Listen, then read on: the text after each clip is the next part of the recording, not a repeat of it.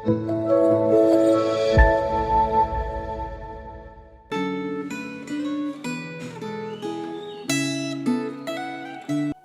saudara-saudari di dalam Tuhan Yesus Kristus. Kembali melalui channel Refleksi Gema ini, kita akan sama-sama membaca Alkitab dan kita akan merenungkan serta mengaplikasikan akan bagian Alkitab yang kita baca pada hari ini sesuai dengan pembagian yang sudah ditetapkan oleh tim penyusun Gema. Tapi sebelum itu, kita akan bersama-sama untuk berdoa sebelum kita akan membaca dan merenungkan bagian Alkitab ini. Mari kita tundukkan kepala, kita berdoa. Tuhan Allah Bapa, kami sungguh bersyukur atas kebaikan Tuhan di dalam kehidupan kami, sehingga hari ini kami boleh ada sebagaimana kami ada. Itu semua adalah karena kebaikan Tuhan. Dan biarlah kami boleh mensyukuri akan berkat Tuhan itu. Dan saat ini ketika kami akan membaca firman Tuhan, biarlah kami juga boleh belajar bersyukur kalau kami hari ini juga masih bisa membaca dan merenungkan bagian firman Tuhan. Tuhan tolong supaya kami boleh mengerti bagian firman Tuhan ini dan kami juga boleh melakukan di dalam kehidupan kami. Terima kasih Tuhan, di dalam nama Tuhan Yesus Kristus kami sudah berdoa dan mengucap syukur. Amin. Bagian Alkitab yang ditentukan penyusun Gema untuk dibaca hari ini tanggal 13 Agustus tahun 2022 adalah dari Daniel pasal yang kedua. Namun saat ini saya hanya akan membacakan ayat yang ke-16 sampai ke-19 saja. Saya tetap mendorong Bapak dan Ibu bisa membaca seluruh bagian Daniel pasal 2 ini secara keseluruhan nanti. Demikian bunyi firman Tuhan. Maka Daniel menghadap raja dan meminta kepadanya supaya ia diberi waktu untuk memberitahukan makna itu kepada raja. Kemudian pulanglah Daniel dan memberitahukan hal itu kepada Hanaya, Misael, dan Azaria teman-temannya, dengan maksud supaya mereka memohon kasih sayang kepada Allah semesta langit mengenai rahasia itu, supaya Daniel dan teman-temannya jangan dilenyapkan bersama-sama orang-orang bijaksana yang lain di Babel. Maka rahasia itu disingkapkan kepada Daniel dalam suatu penglihatan malam. Lalu Daniel memuji Allah semesta langit. Jemaat Tuhan yang terkasih, Raja Nebukadnezar yang merasa gelisah karena mimpinya, maka dia memanggil orang-orang berilmu, para ahli jampi, para ahli sihir, dan orang-orang kasdim.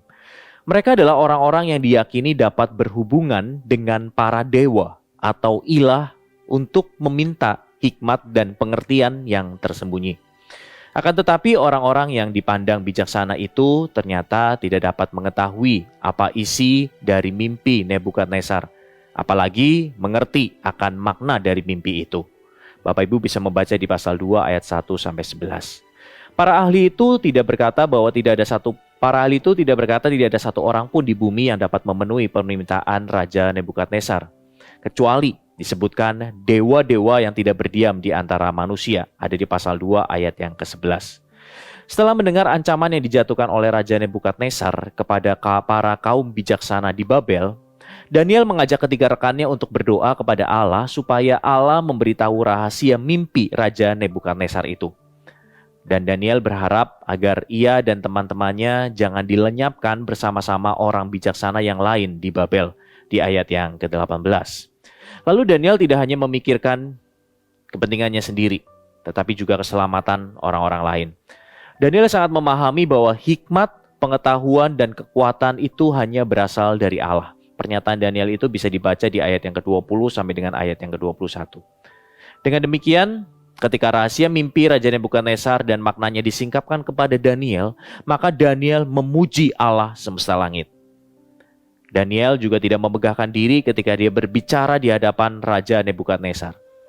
Daniel mengakui bahwa mimpi itu tidak dapat diketahui oleh orang bijaksana manapun. Tetapi di surga ada Allah yang menyingkapkan rahasia-rahasia. Dan Allah inilah yang sanggup untuk menyatakan akan rahasia mimpi itu. Daniel berkata bahwa yang memberitahukan maknanya adalah Allah yang maha besar ini.